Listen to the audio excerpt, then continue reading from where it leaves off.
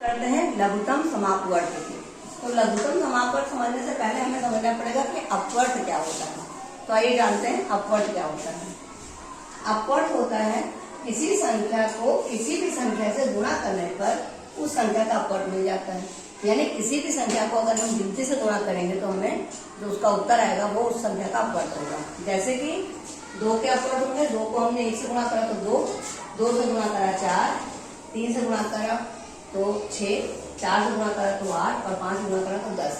ये हमें अपवर्त मिल गया। आगे ये डॉट डॉट इसलिए बनाया है कि आगे ये संख्या खत्म नहीं होगी, जहां तक गिनती वहां तक अपवर्त मिलते जाएंगे। इसी तरह से 3 के अपवर्त, 3 को 1 से गुणा करा तो 3, 3 को 2 से गुणा करा तो 6, 3 से गुणा करा 9, 4 से गुणा करा 12 और 5 से गुणा करा तो 15। इसी तरह ये आगे अपवर्त बनते जाएंगे।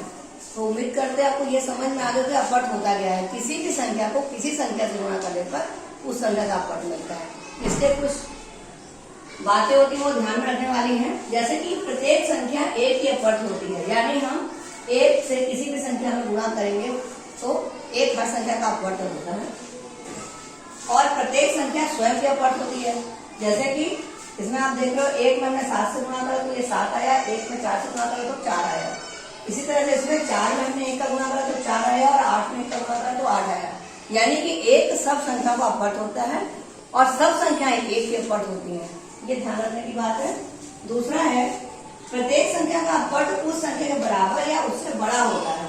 जैसे कि आप यहाँ पर देख रहे हो 2 के जितने भी अपवर्त हैं वो सबसे छोटा अपवर्त 2 है और बाकी अपवर्त उससे बड़े हैं। 2 से कम नहीं है। यहाँ पर अपवर्त जो होता है वो कभी भी संख्या से कम नहीं होता। इसी तरह से 3 के अपवर्त भी 3 है सबसे छोटा, उसके बाद बाकी बड़े अपवर्त है। तो ये ध्यान में रखने की बात है कि किसी भी संख्या का अपवर्त उस संख्या से छोटा नहीं होता है।